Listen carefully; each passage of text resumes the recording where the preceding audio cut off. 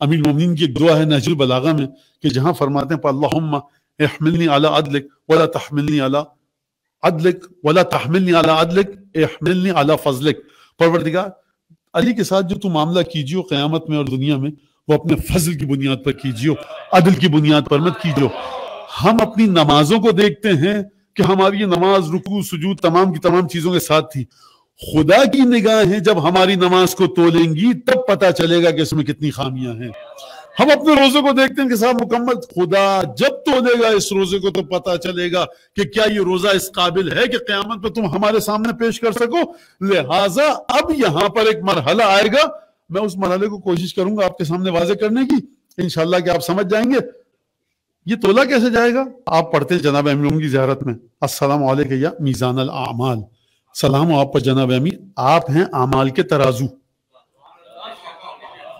علی بن ابی طالب نے ترازو اعمال کا کیا مطلب؟ یعنی میری نماز قیامت میں رکھی جائے گی جناب امیر کی نماز کے برابر میں، جس کی عبادتیں جناب امیر کی عبادتوں سے جتنا نزدیک ہوں گی اتنی زیادہ قبولیت کے مرحلے پر ہوں گی، اور جتنی عبادتیں جس کی جناب امیر کی نماز سے ان کی شباہت، سملیرٹی، الائنمنٹ جتنے فاصلے پر ہوگا وہ عبادتیں اتنا ہی زیادہ رد اور مسترد اور ریجیکٹ ہونے کے خطرے میں ہوں گی۔ ترازو سے آپ یہی کرتے ہیں نا، ترازو سے آپ یہی کرتے ہیں۔ ہیرے کو آپ دیکھتے ہیں، وہ کہتے ہیں صاحب اس میں یہ خصوصیت ہے اور یہ ہیرا اس مرحلے پر ہے، یہ ہیرا اس میں، گولڈ، چاندی، سونا، کوئی بھی چیز آپ دیکھتے ہیں تو آپ یہ کہتے ہیں کوالٹی ہوتی ہے ہر چیز کی، اس کو آپ کہتے ہیں ڈاکٹر حضرات کی زبان میں ریفرنس ویلیو۔ جو جب آپ لے کر آتے ہیں اپنا بلڈ کلچر یا دوسری چیزیں جو ٹیسٹ کرواتے ہیں تو وہ کہتا ہے آپ کے بلڈ میں ہیموگلوبن اتنا ہے، آپ کی ایج گروپ کے لیے ریفرنس ویلیو یہ ہے، تو آپ کہتے ہیں ہاں میرا تقریباً اسی ویلیو کے آس پاس ہے اس لیے میں ٹھیک ہوں، فلاں چیز ریفرنس ویلیو کے ساتھ میچ کرتی ہے، فلاں چیز، تو یہ میزان الاعمال آپ کے بلڈ کلچر کا برابر میں آ رہا ہوتا ہے، اور آپ کا بلڈ کلچر یہاں پر آ رہا ہوتا ہے، آپ اس کے ساتھ چیک کرتے ہیں اور ڈاکٹر کے جانے سے پہلے آپ خوش ہو جاتے ہیں، کہتے ہیں میں سکون میں آ گیا، میں نے خود ہی چیک کر لیا، ڈاکٹر کو آپ دکھاتے ہیں۔ تو یہ ہے میزان الاعمال کہ ہماری نمازوں اور روزوں کو تولا جائے گا علی بن ابی طالب کی نمازوں کے ذریعے کہ کتنے فاصلے پر تھیں۔ اب سوال یہ ہے کہ کسی کی نماز ہمت ہے کہنے کی، سوچنے کی؟ ویسے ہو سکتا ہے بہت سے لوگ سوچیں کہ جب کہہ سکتے ہیں لوگ کہ سرکار اب مجھے کہنے دیجیے، دل میں ایک پھانس ہے جو چبھی ہوئی ہے کہ جب علی زمان حسین زمان ہو سکتا ہے تو بہت سے لوگ کہہ بھی سکتے ہیں سیڑھی کہ صاحب یہ نمازیں اور روزے ان کے برابر ہو سکتے ہیں۔ میں اس غلط اور باطل عقیدے کی بات نہیں کر رہا، میں اس عقیدے کی بات کر رہا ہوں جو پہلا سلسلہ امامت کا جناب امیر آخری ہیں حضرت حجت صلوات اللہ وسلام علیہ۔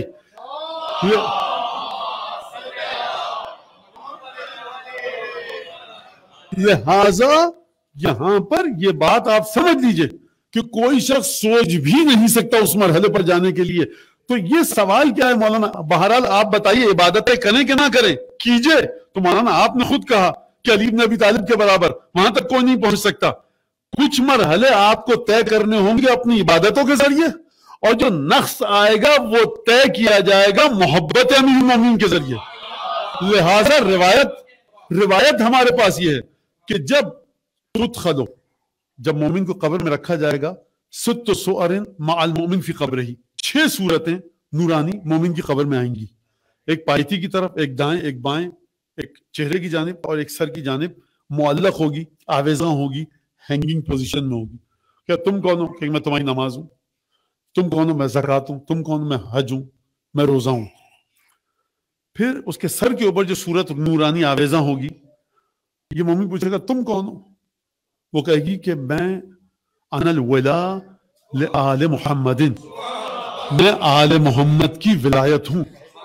دیکھو پریشان مت ہونا، ان عبادتوں میں سے جو بھی نقص ہوگا اسے میں پورا کروں گی۔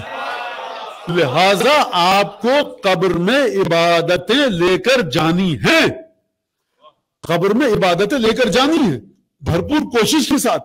حرام اور واجب پہ کوئی کمپرومائز نہیں ہو سکتا، حرام اور واجب پہ کوئی مصالحت نہیں ہو سکتی، جس طرح سے ولایت علی بن ابی طالب پر کوئی مصالحت نہیں ہو سکتی، جس طرح سے تولی اور تبرع پر کوئی مصالحت نہیں ہو سکتی، اسی طرح سے واجب اور حرام پر کوئی مصالحت نہیں ہو سکتی۔ لیکن یہ بات جو روایت در منصور میں علامہ سیوطی نے نقل کی کہ علی بن ابی طالب کھڑے ہو جائیں گے جنت و جہنم کے دہانے پر، اور جو گزرے گا پل صراط کے بعد آگ سے آتش جہنم سے مخاطب ہو کر کہیں گے کہ اسے دبوچ لے، یہ میرا دشمن ہے، اسے چھوڑ دے، یہ میرا چاہنے والا ہے.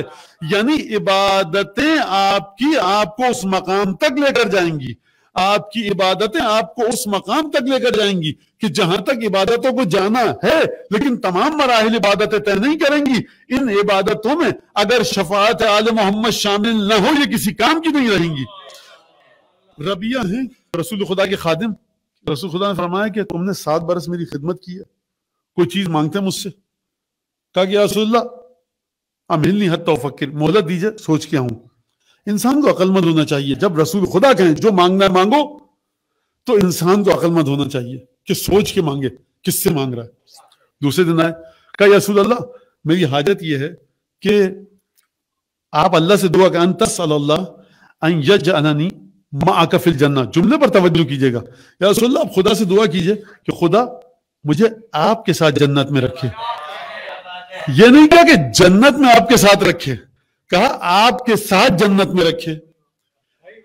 یہ نہ کہیے مولا میں جنت میں آپ کے ساتھ رہوں، کہیے آپ کے ساتھ جنت میں رہوں.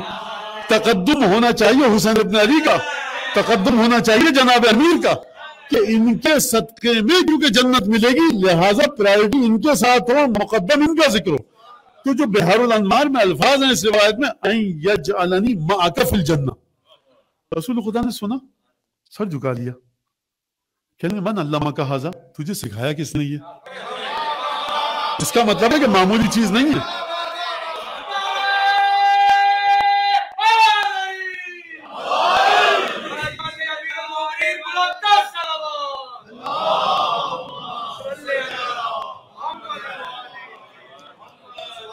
یا رسول اللہ میں گھر گیا، میں نے کہا اگر اولاد مانگوں کثیر تو انہیں موت تو آ جائے گی، مال مانگوں ختم ہو جائے گا. تو میں بڑا سوچ میں پڑ گیا کہ ایسی کوئی چیز مانگوں کہ جو ہمیشہ رہے. تو یہ مانگا. تو رسول خدا نے معذرت اب سر جھکایا تھوڑی دیر، اور پھر سر اٹھا کر کہا کہ فَأَعِنِّي بِكَثْرَةِ السُّجُودِ، میں دعا کروں گا بالکل، لیکن تم میری مدد کرو کثرت سے سجدے کر کے. یعنی سجدے کرنے ہیں. دعائے رسول کو دریافت کرنے کے لیے آپ کو کسی منزل پر پہنچنا ہے. تو یہاں تک یہ بات ہو گئی کہ عبادتیں کرنی ہیں اور عبادت نتیجہ دے گی شفاعت آل محمد کے ساتھ. ایک جملہ اور کہہ دوں، بات کو آگے بڑھاؤں.